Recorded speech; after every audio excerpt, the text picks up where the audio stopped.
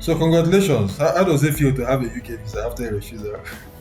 Oh, it does feel. So I've got good news for you guys. One of my clients, right, who watched me right here on YouTube, just like watching me right now, contacted us and we helped her with her cover letter and visa application. And today she just picked up her visa from the VFS center in Ghana, right? So she watched my video from Ghana, and just yesterday she sent me this message and said, "Hey Gerard, I think God has done it for me."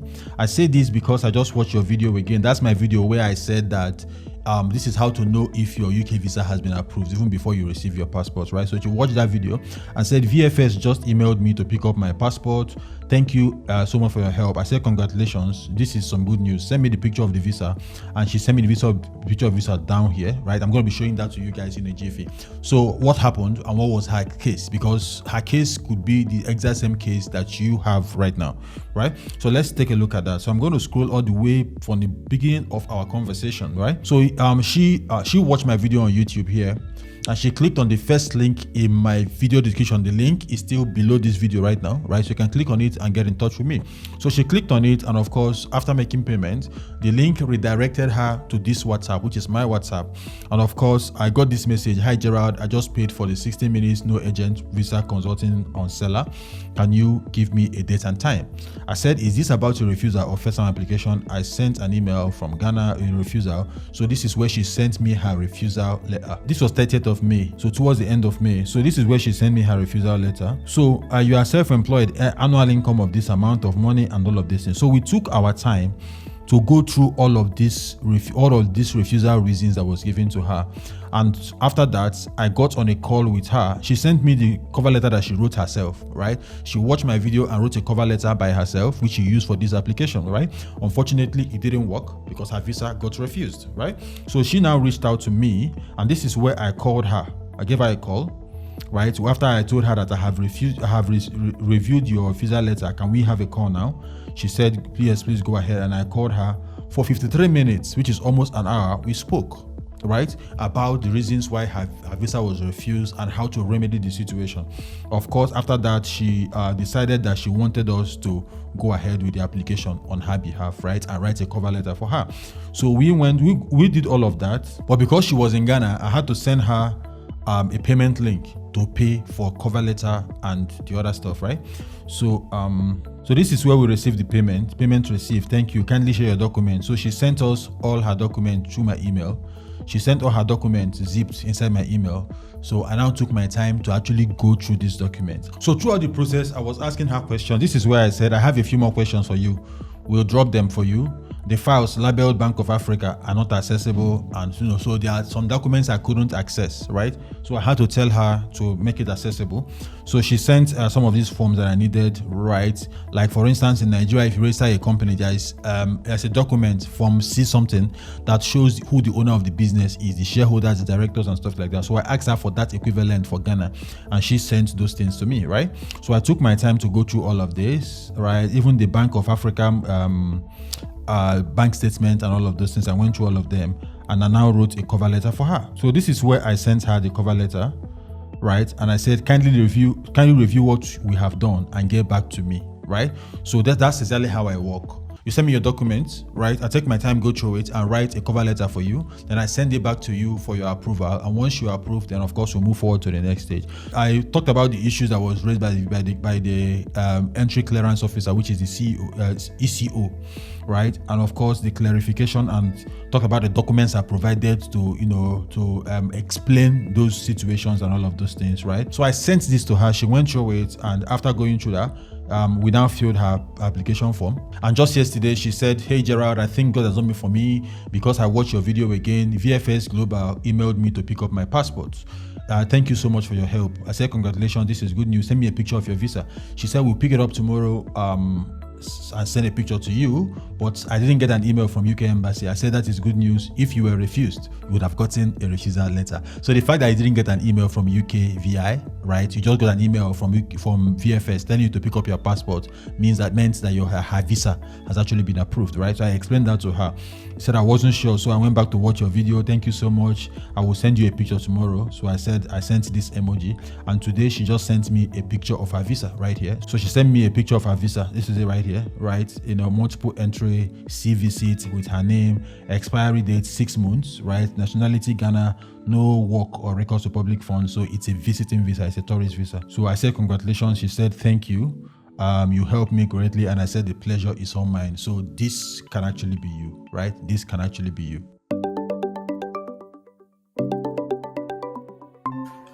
This one you don't want to show your face. What happened now?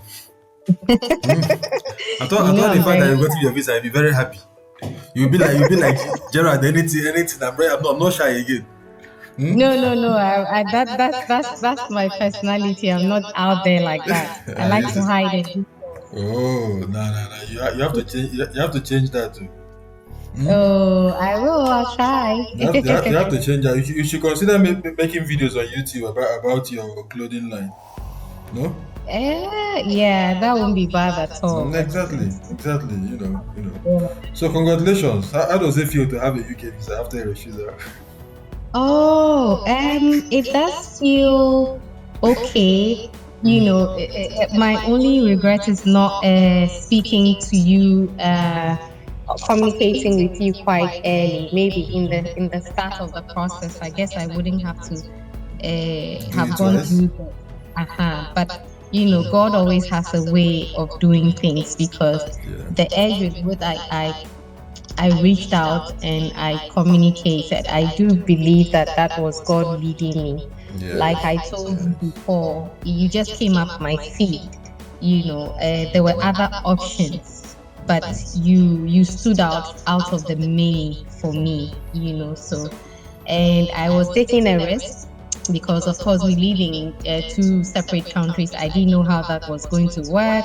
And so I decided to do this, not just to give you the not just to credit you with, oh, you've done a good job and all of that, but also to let others know that, especially if they are in other countries, they can take that risk. Because sometimes when you're dealing with people outside of your nation or where you are, there's the likelihood that you could be scammed. It may not be legit. All the 1,001 reasons for you not to do it. But just to encourage others who may have considered speaking to you, but just because they are not in Nigeria, they are not comfortable trying to risk it to engage you. But it really is worth it, because you are good at what you do, and God has blessed you with that wisdom in that area. And I think that it is way cheaper than using all these agents that take so much money, and at the end of the day, sometimes terrible things happen. They are defrauded, or they don't get the visas, or all sorts of things happen that doesn't make them comfortable. So they probably may have had that experience. So having to trust you may be a little difficult, but they should just jump the gun and do it. Okay, thank you very much for that for that high praise. So let me ask you this question: What made you decide to trust me, even though I'm a Nigerian and you are Ghanaian and all of that? Yes. What was the motivating factor? What made me trust you was how you spoke. I mean, you are a young man, and as I was talking to you, the more you spoke, the more I felt, no, he has to do it for me. It's the way you talked about it. You were very blunt.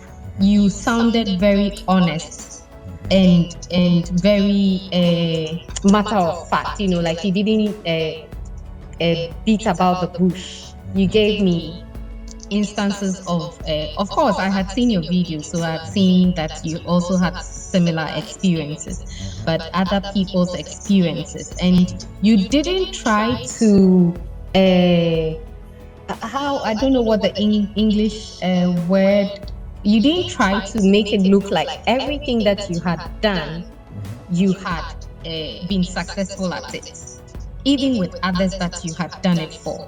You talked about, particularly, I've seen that you put up a video on that. You shared it with me when I spoke with you.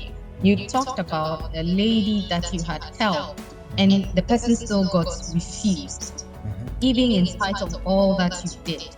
However, you managed to find out what the reason was. Yes. And so, I made a video on that. Right. You didn't hype yourself too much to say that everybody that you had helped had been successful. You still talked about your failures, so to speak. And so that was real. And so that made me try, except that when I was trying to reach you, it was hard to get to you. So that's the only thing that I have a problem with. Okay. How so? When was this exactly? What was it doing after the consulting session or before? After the consulting session, it was hard to get to you. And so that's why I think that you have lots of things to do. So for that, I didn't think that I was comfortable with that. That made me feel very not okay. So I said I was going to complain, but I wanted to be done with it before. First of all, yes. So your tone sounded very rude especially when I wanted to reach you on phone and you didn't want to pick the call, and then you were like, "I'm too busy." No. Okay, so here's what happened here. Number one, I had like a lot I was dealing with. Yeah. Right now, I've had to hire 2 assistants that help me with this. Right. Good. So it's more seamless, and the pressure on me is low. And I was already working on your job, right? And I had other jobs I was working on as well, not just yours. So and I tend to try to focus. So taking those calls, sometimes you can just leave me a message. Okay, I was having a consulting session today, and somebody was trying to call me. I just visited the call and left it and said, please leave me a message or a voice note. And the guy left me a voice note. So later when I was done, I listened to the voice note and I responded to it. Do you get? So sometimes there are ways to deal with this. I'm sorry that you felt like that, right? But I'm also happy that at least you got your visa. And my sins are forgiven, right? Oh yes, you've been forgiven. You see how I reached out to you, so you've been forgiven. Okay. That's nice. And talking about other countries, I've actually worked with a lot of persons from Kenya, from Sierra Leone, right? As a matter of fact, somebody reached out to me today from Sierra Leone, and she was somebody that her friend that I helped with her application and her family's application, which is still pending right now. She referred her friend in Sierra Leone to me. You understand? Because of the rapport and how we talked and all of those things, and And when we wrote your cover letter, I sent it to you, right? And we walked through it together, literally. Because I always say that I'm not an agent. I want you to know what I'm doing for you, so that if peradventure you get a call. Let me even give you tell something that happened recently. There was this person that reached out to me. He's been refused UK visa twice. So what happened was that the first one, the sister helped him with the application. So they called him on phone and said, Mr. So and so person, how much did you pay for the hotel that you're going to be staying in the UK?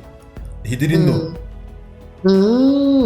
And he got a refusal letter right after that call. Then the second time, they called him again, a second time. And this time they asked him, what is the name of the hotel? He didn't know the second time again. Because the same sister did it for him. And of course, that application was refused. Oh no. Did you get? So that is why when I finish your cover letter, I sent everything to you so that you go through it. And when I'm doing the application for people too, I will collect your email, use your email to fill out the form, everything, and tell you to log in and verify all the data before you make payment for the visa and continue the process, right?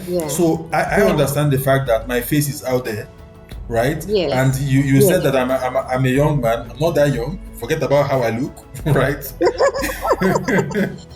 And you still are young. You are not old. Okay, if you insist.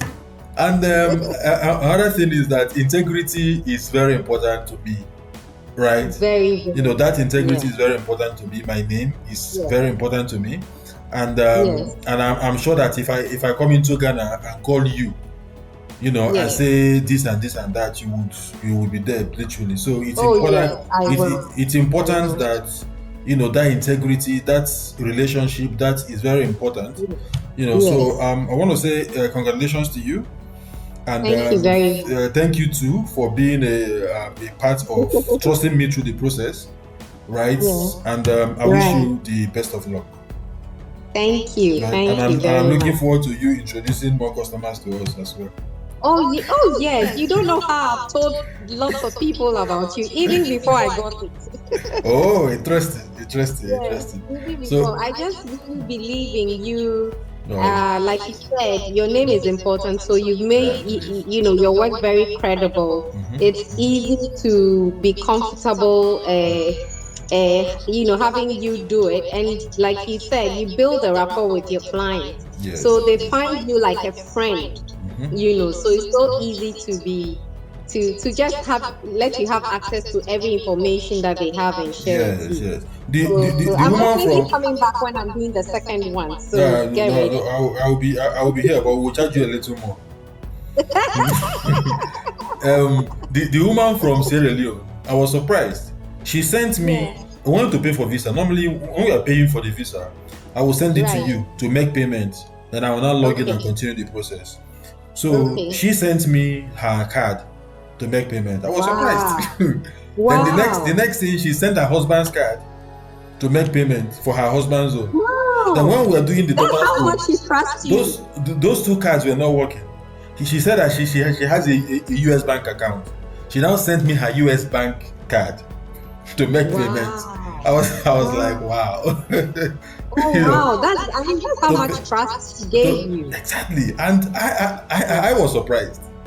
Honestly, because I don't think I would trust anybody like that to give me my card, especially when I just meet you online. Right? I wouldn't do that. But yeah, trust is something that is earned, right? And I understand the fact that once it's broken, building it up, it's like almost impossible. Right? So yeah. So Iffy, right? I want to say a very big thank you to you for being a part of this process, and congratulations again. And when you go to the UK, please buy chocolate for us. Oh, I'll buy for you. Don't worry at all. No worries. Thank you so much. Thank you so much. Too. All right. Have a good evening. Bye. All right. You as well. Bye. So if you have gotten a refusal for a UK visa or a Schengen visa, right? Or you are planning to apply for the first time and you want us to help you through the process, all you need to do is to click on the first link that is in my comment section just below this video. It's pinned right there. So once you click on it, it's going to direct you to Seller, make payment for my consulting session, and we can have a conversation. As soon as you're done with the payment, it's going to take you to my WhatsApp and I'm going to respond to your chat, book a time, and actually have a conversation with you. So if you're serious about getting your visa approved, I'm actually looking forward to hearing from you.